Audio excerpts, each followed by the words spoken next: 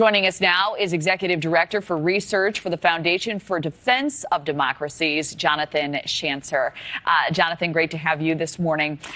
So this new deal, it's set to make it easier and quicker, essentially, for companies to build nuclear plants in both the U.S. and the U.K. Supporters say this is going to be great, creating jobs, being a reliable source of energy, driving down bills for folks here in America. It's also carbon-free. What are your thoughts on all the ramifications here and the timeline as well for any major changes?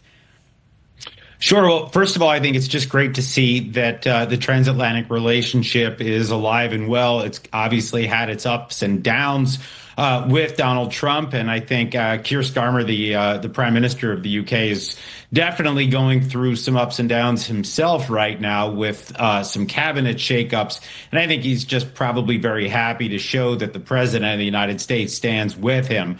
But this Atlantic Partnership for Advanced Nuclear Energy, as they're calling it, is designed to build at least 12 small modular nuclear reactors in Northeast England. It's going to be apparently more than $100 billion, 75 billion pounds of investment. It's supposed to create jobs. It's supposed to provide energy to thousands of homes across the UK.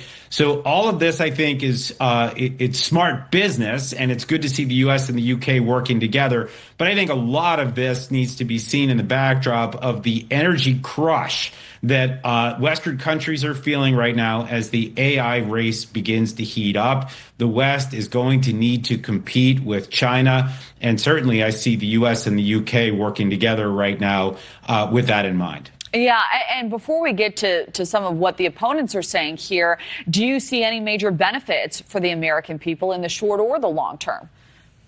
Well, absolutely. If it's going to defray the cost and the need for energy to be produced in the United States. In other words, I think what we're seeing is a bunch of American allies, hopefully around the world, beginning to pick this up and understand that, OK, you want to start to produce more energy. You want to have not as heavy of a footprint in terms of carbons.